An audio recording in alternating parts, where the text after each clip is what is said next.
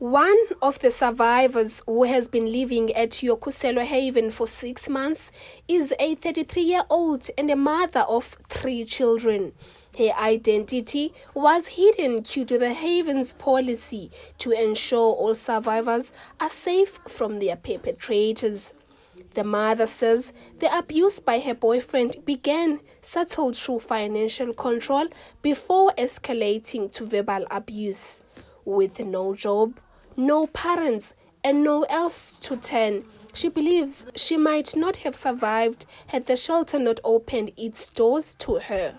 Abusive relationship, which is financially, verbally, emotionally, and physically, but physically not much. But what was most of this relationship, it was more financially. Like this guy was using me basically. And then there were times he would leave me. I was still pregnant, I leave me, then sleep out and come back the morning, stuff like that. When I ask, he gets all rude and stuff. I mustn't ask because he knows, number one, I have nowhere to go since my father passed. Man, we don't get along. So I had to bear all that nonsense. He did what he wanted basically. I just had to shut up because he was paying and I wasn't working, remember. He was maintaining everything, making his plans, so I had to just shut up, understand, just for the sake of a roof over my head. So, yeah, and then I said enough is enough. The woman has secured a job in her field of study while she was at Yokhuselo Haven and is preparing to move into her own place by January. She says the shelter has completely transformed her life, giving her the freedom and stability she never had. She encourages anyone facing similar abuse to take the first step and seek help, the step that she says saved her life. If you don't take the first step, you won't know. The grass isn't always green on the other side, but if you don't try, you won't know. Maybe I can say now my life is much easier since I've taken that step. I'm relieved, really. I feel like myself, not that tense, stressed person who's always I don't know, man. I was just tense and emotional. Now I'm free.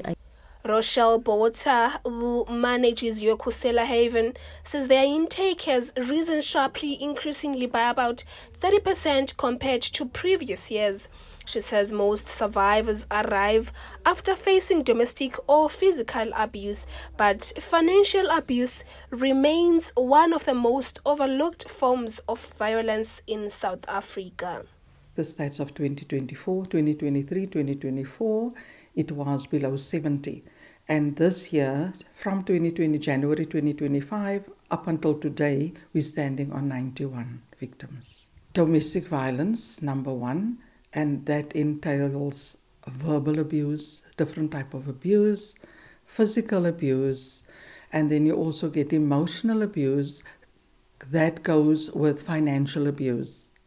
Financial abuse is, most people would say, that is not hectic because financial abuse can't give you a blue eye. You do not have to go through mental abuse. You don't have to go through verbal abuse. You don't have to go through your partner pointing you. He's not supposed to point you. That is also an abuse. This shelter has been operating without government funding since 1988. Bota says that the shelter relies heavily on donations from individuals and support by dedicated volunteers. Despite the limited resources, the shelter provides a 3-month program to help upskill the survivors and teach them self-defense. Ask the government to, we need to run this haven. You need money to run the haven. You need to pay bills. Our clients need to eat. And we need to take them where they need to be, like court. We have a caddy, petrol, health. We do have the mobile clinic. We cannot just pay for everything. So we ask trainers to come in voluntarily. So that is what they do, to assist us, which they do. The 16 Days of Activism for No Violence Against Women and Children began on the 27th of November and will run until the 10th of December. A reminder that the fight against gender-based violence requires action every day of the year. For Mpumakapa TV News, I am Sisi Pomdigi in Gqeberha.